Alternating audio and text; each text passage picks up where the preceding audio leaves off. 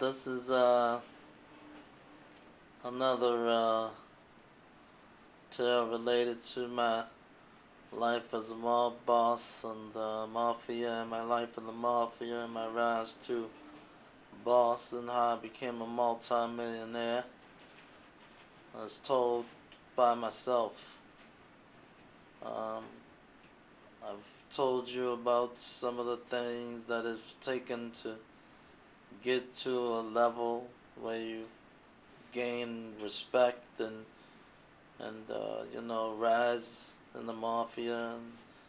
But it wasn't all just about business and murders and stuff. There were still human things involved, and one of the human things, I was never a big drinker or anything like that. I didn't do drugs, and I didn't have any gambling problems. My problem, like most men, was women. They love women, and I was a big uh, chaser of women. And, when I was a younger guy, I was pretty good looking, and so I'd meet women, and women, they know when you have money to spend. They hear about you, especially if you frequent certain places and things like that, which I did. We all, we call us wise guys, or men of respect. We all frequented certain places, and so there were places that I went when I was a younger man, and I chased women, and I had lots of women. And then as I grew and started to move up the ladder, I had more money to spend. Of course, you started to meet different kinds of women, and there was time for business as well. And then when that time was, I had to dedicate myself, of course, to take care of business. And then there was time where you had to yourself. You spent some with family and different people, and then friends, of course. But then there were women, and always women, really, for most of us, guys.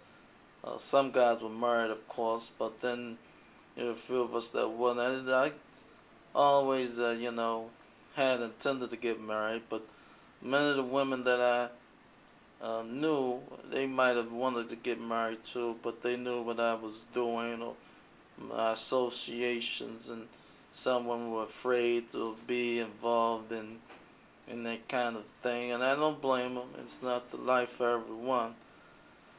And I remember one particular girl I met, and I fell for her almost immediately. She had a beautiful figure. She was a beautiful girl. She had this blonde hair, and she was a real looker, and not many people knew her, but she was kind of sassy. She had her own style and things like that, and we dated, but it became obvious that she did not want to be a part of the life that I had, and she knew, and I knew she knew, but we never discussed it, and there was things that I didn't do around her that I might have would have done when I was with people in that life. So, as far as she knew, I was just a guy who owned a lot of businesses, and I never even told her I was a multi-millionaire. I didn't think that was necessary, but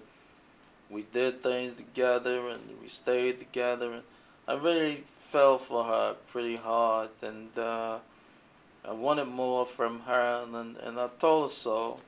I was just said, hey, I'm ready to maybe settle down and be with one woman, and I thought she would be the woman for me, but she just basically, without saying a whole lot, just was kind of like